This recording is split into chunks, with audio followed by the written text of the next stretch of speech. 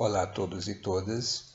Inicialmente eu gostaria de agradecer ao Conselho Regional de Psicologia de Santa Catarina pelo gentil convite de estar presente, ainda que virtualmente, nesse debate do pré-congresso que tem esse oportuno, necessário e urgente tema, a política de saúde mental no país, avanços e retrocessos.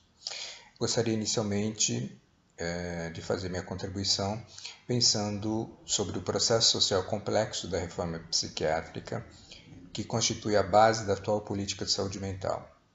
Podemos pensá-lo como sendo constituído por diferentes e múltiplas facetas, algo como uma trama de um tapete, com as linhas que vão fazendo a trama de um tapete. E podemos agrupar essas diferentes linhas, essas diferentes tramas, em 4 dimensões, de acordo com o professor Paulo Amarante. Uma dimensão é epistemológica e refere-se ao questionamento radical dos fundamentos que sustentam o conceito de doença mental ou transtorno mental, cujo olhar é predominantemente biológico. Nesse sentido, a proposta da reforma psiquiátrica é da construção de um outro objeto, muito mais complexo, que podemos precariamente talvez nomeá-lo como sofrimento psíquico intenso, sofrimento mental, sofrimento psíquico, enfim. Este objeto está na intersecção de diferentes disciplinas. São diferentes olhares que constituem a natureza desse objeto e que, ao mesmo tempo, também incide sobre essas disciplinas, transformando a sua percepção. Nesse sentido, o sofrimento psíquico apresenta-se na sua complexidade e na complexidade da vida. Podemos dizer, talvez, pensando em Nelson Rodrigues, a vida como ela é. O sofrimento psíquico não se descola desta complexidade, não se descola da infinita trama de relações afetivas, sociais, que vão compondo e fazendo esse drama que é o existir, esse drama que é a vida. Uma outra dimensão decorrente desta mudança de olhar para o objeto, da construção desse novo objeto, é a técnico-assistencial, ou seja, ela refere-se às transformações do modo, das práticas e dos lugares do cuidado ao sofrimento psíquico.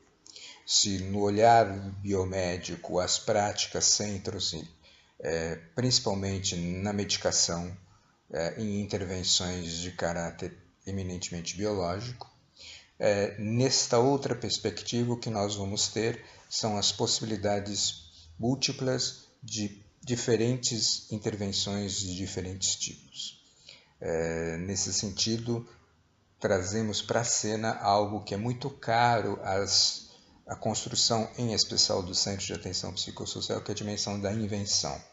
São práticas inventadas. Como diria Rotelli, uma instituição inventada. A terceira dimensão, a político-jurídica, ela refere-se às mudanças das leis que condenam o louco a um lugar de desqualificação e de interdição de seus direitos de cidadania, e também às ações que constroem a política de saúde mental. Por fim, e não menos importante, está a dimensão sociocultural, que refere-se à mudança do lugar social, não apenas da loucura e do louco, mas alinha-se ao desejo de mudança social que enfrenta todas as formas de discriminação, preconceito e violência advindas desta intolerância em relação à diferença de gênero, cor, raça, religião, etc. Destaco aqui que esse processo foi construído a partir das mudanças das práticas dos trabalhadores que, no início dos anos 80, no interior dos manicômios, questionaram de modo radical aquela estrutura de violência, segregação e violação dos direitos humanos. Foi no cotidiano que tecemos os fios que se constitui hoje a política de saúde mental. É preciso salientar que, há 30 anos atrás, tínhamos um quadro no qual a oferta praticamente exclusiva e compulsória para o sofrimento psíquico era da internação nos manicômios. Como referência, sugiro a vocês a leitura do livro Holocausto Brasileiro, da Daniela Arbex, que traz fotos e relatos, depoimentos de um hospital psiquiátrico, que é o de Barbacena. Nessa mesma linha tem o filme Em Nome da Razão, de Elvésio Raton, do final dos anos 70, que também retrata os horrores deste campo de concentração. em maior ou menor grau, essas cenas, esses personagens e esses dramas repetem-se em quase todos os hospitais psiquiátricos brasileiros. A reforma psiquiátrica foi construindo ao longo dos últimos 30 anos uma mudança não apenas do objeto, das práticas, mas fundamentalmente uma mudança da política. Nesse sentido, hoje temos mais de 2.300 CAPs espalhados por todo o Brasil, por todo o país. E eu gostaria então de destacar aqui algumas informações que foram extraídas do Boletim de Saúde Mental em Dados de 2015, ainda na gestão do Roberto Ticanori, que evidenciam claramente essa mudança de foco, de uma oferta exclusivamente em internação para a ampliação desta oferta em múltiplos serviços, não apenas no CAPS. Nesse sentido, vou apresentar alguns dados. Neste quadro, vemos como o número de CAPs aumenta de 148 em 1998 para 2.209 em 2014. Neste quadro seguinte, vemos a redução do número de leitos, que era de 51.393 em 2002 para 25.998 em 2014. Neste próximo quadro, podemos perceber o aumento da cobertura de CAPs para 100.000 habitantes nos anos de 2002, 2006 e 2014. Finalmente, nesse quadro, vemos a mudança dos gastos em saúde mental, que eram de 75% para os leitos hospitalares e 25% para os serviços territoriais em 2002. Percebemos que as duas curvas encontram-se em 2005, portanto, os gastos são equivalentes, e a partir daí há uma inversão dessa proporção, chegando no ano de 2013 para 79% em serviços territoriais e 21% em leitos hospitalares. Mais do que uma aposta no serviço de CAPs, desde 2011, com a rede de atenção psicossocial, temos uma rede diversificada de serviços em diferentes pontos de atenção que contemplam diferentes aspectos da vida das pessoas. Na atenção básica, na urgência e emergência, nos distintos serviços de CAPs 1, 2, 3, AD, I, no acolhimento por meio de serviços residenciais terapêuticos, na promoção dos meios de subsistência nos projetos de economia solidária e de geração de trabalho e renda, nos incentivos para a cultura nas diferentes e ricas manifestações que existem nesse imenso e grande país. Longe de ser um processo tranquilo, sem conflitos e homogêneo, muito pelo contrário, tínhamos grandes desafios a enfrentar.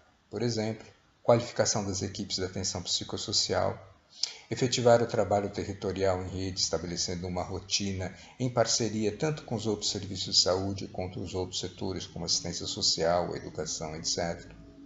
Manter a reinvenção das nossas práticas como uma diretriz permanente em nosso trabalho. Aproximarmos de modo efetivo das necessidades das comunidades no entorno do serviço, moldando as práticas a partir dessas necessidades e uma infinidade de outros tantos desafios. Tratava-se e trata-se de um processo em construção. Contudo, desde o golpe de 2016, tivemos mudanças na condução dessa política de saúde mental que aponta, ao menos no âmbito da gestão federal, para um perigoso retrocesso. Uma nova portaria foi lançada em dezembro de 2017 que reorienta os recursos da saúde mental para as internações psiquiátricas e para as comunidades terapêuticas. Isso irá significar, sem dúvida, menos recursos para ampliação da rede territorial, que irá sofrer ainda mais com a disputa por recursos financeiros. Mas, talvez a maior ameaça é a eleição de um presidente que apresenta em seu discurso todos os elementos que combatemos ao longo desses últimos anos, em especial o ódio ao diferente. Discurso que certamente irá se transformar em ação da política ministerial. Discurso que, infelizmente, já encontra eco e aplausos em muitos trabalhadores e de parte da população. A aposta do novo presidente é na construção de uma sociedade que tem na intolerância, no ódio, no medo ao diferente, as premissas de uma sociabilidade que irá segregar, excluir, violentar e matar. É no cotidiano que iremos sentir, e já sentimos, o pior dessa aposta. A frase "vamos acabar com todos os ativismos" é assustadora, pois boa parte das políticas públicas que hoje são organizadas, a exemplo da reforma sanitária e psiquiátrica, são também frutos de movimentos sociais ativos, que tiveram a coragem de pautar as suas necessidades junto ao Estado e transformá-las em políticas. Foi desse modo que enfrentamos a ditadura, levamos adiante o processo da redemocratização, aprovamos uma nova Constituição e agora vemos tudo isso ameaçado. O que fazer? Talvez olhar para aquilo que é uma das nossas maiores forças, a nossa crença em um outro tipo de sociedade, em uma outra utopia ativa, que é de uma outra ordem ética do que esta que se apresenta. E o melhor, não estamos sós. Devemos continuar trabalhando, estabelecendo alianças, parcerias, regidas por essa nossa ética solidária, generosa e inclusiva. Talvez devamos reavivar alguns motes e algumas frases de 30 anos atrás. Não temos tempo de temer a morte e amanhã será um outro dia. Aliás, amanhã é sempre um outro dia.